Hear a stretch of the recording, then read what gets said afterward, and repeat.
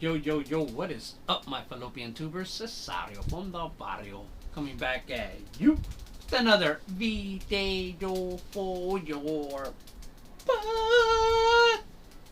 And today's going to be, I'm answering a question actually. Somebody asked me the question, I think on my, how I completed my 69 set, if I've ever told a story of how I purchased my 53 Topps Mickey Mantle. Alright, so not sure if I have, but I'll kind of tell that story. I mean, because if you want to make a long story short, I ended up on layaway buying this card for $800. That was in 2017. That's the, made a couple payments and it was mine. That's a long story short. But if you want to listen to the long version, stick around, I guess. I don't know. I'm going to tell the story, I guess, in more detail of how I bought my 53 Topps Mickey Mantle. Because if you know, I'm more of a paycheck to paycheck person. I can't just walk into an LCS and give somebody $800. I just don't have, normally, unless I just got my income tax, I don't have that kind of money to splurge. You know what I mean? And splurge.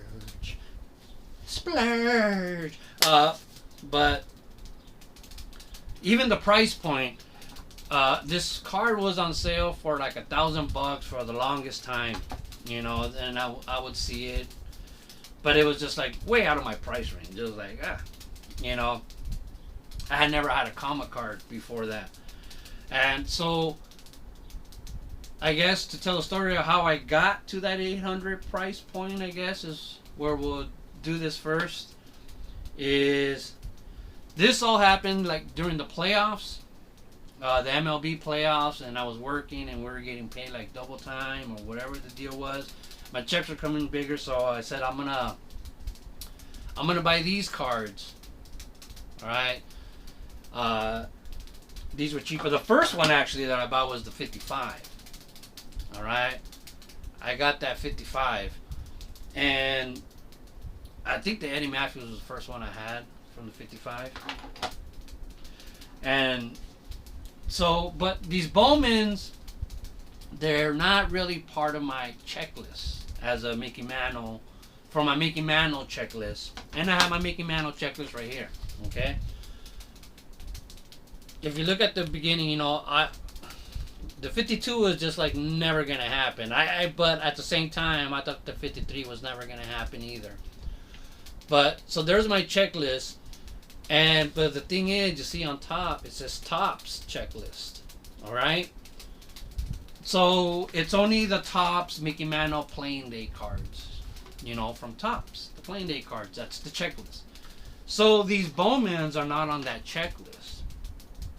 So I was buying them just because they're Mickey Mantle, but they weren't part of my, I just love collecting Mickey Mantle cards, but they're not part of my checklist. So as far as my Mickey Mantle PC, I guess it would be that checklist. It was, kind of biased in a way to Topps. So I guess at the time I felt like I didn't cherish these as much. But anyways, so I mean, for that reason, this was my pinch card in 2019 at the National. And what I mean by my pinch card is a card I took kind of is like, if I get in a pinch and I really need money, I'll sell this one for cheap.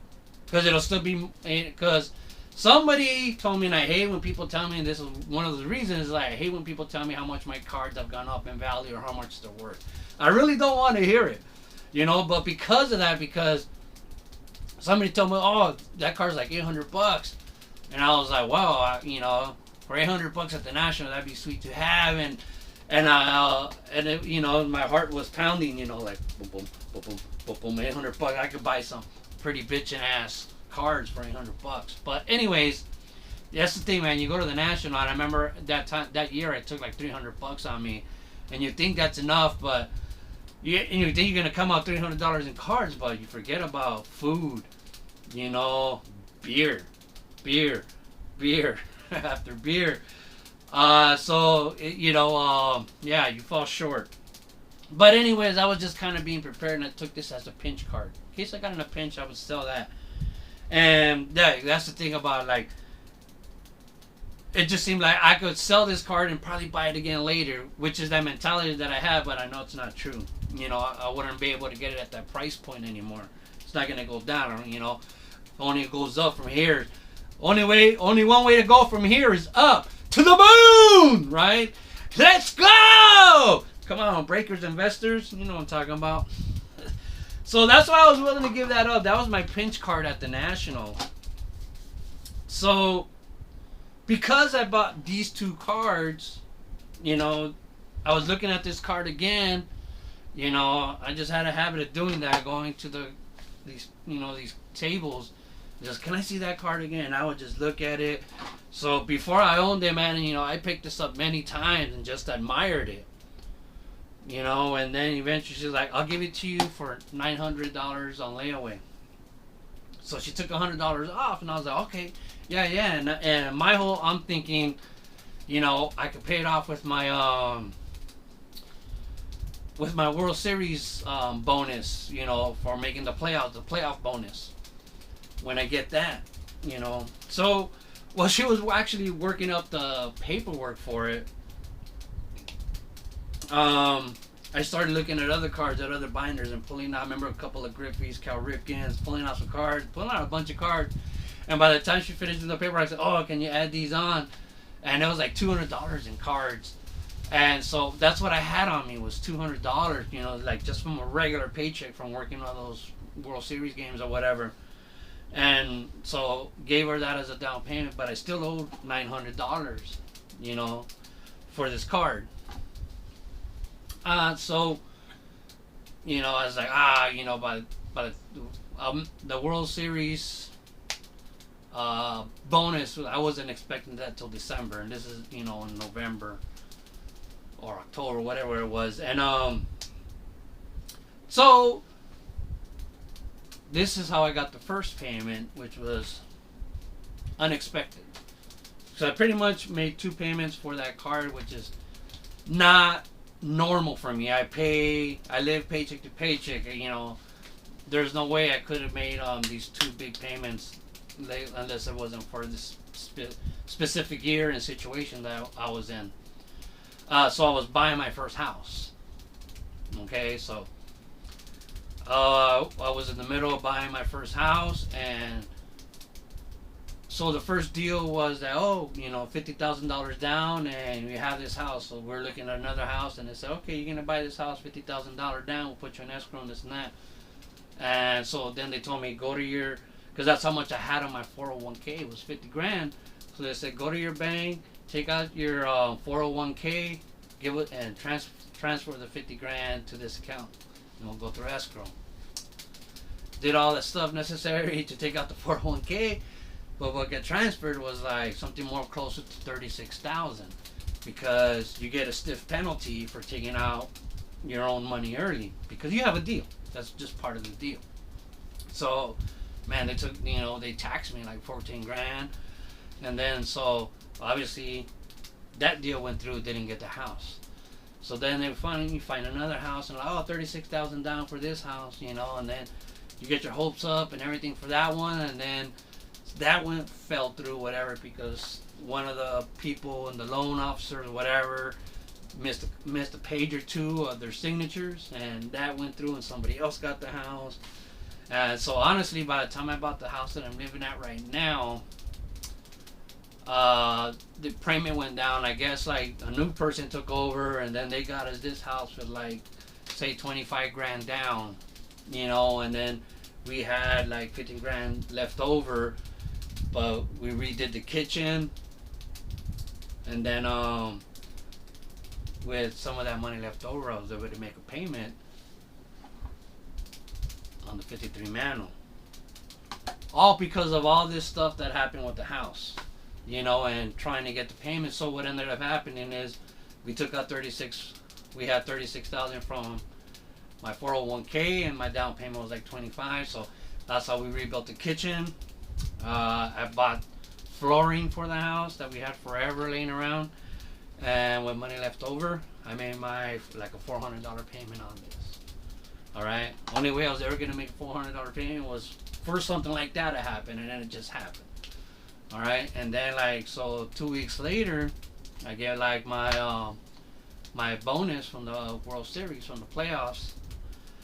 Go straight over there with the $400 to the $500 or whatever to pay the rest of this, and then I give her the money. She gives me the cards, and then she hands me back a $100 bill that I had just given her, part of the payment. And I said, "Oh no," I give you, and she's like, "No, I'll give you $100 off for all these cards you've been buying." So in the end, I got this card for $800. She took $100 off to begin the deal, and then she took another $100 off at the end of the deal, which is kind of strange too, right? So that's how I ended up getting my Mickey Mantle card. That's what it took. Those two events, the World Series and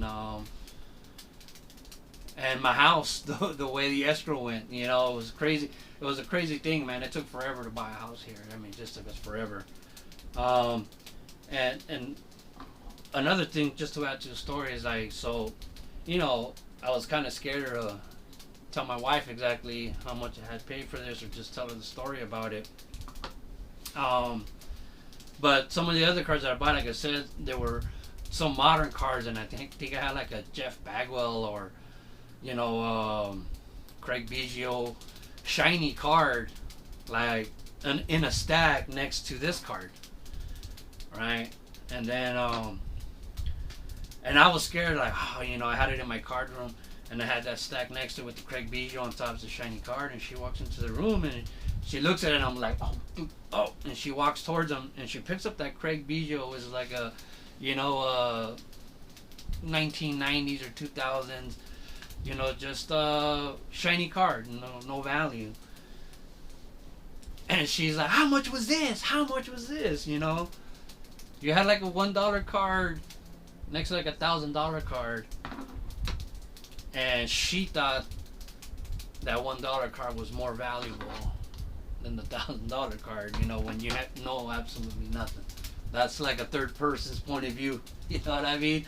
So I always think that's pretty funny.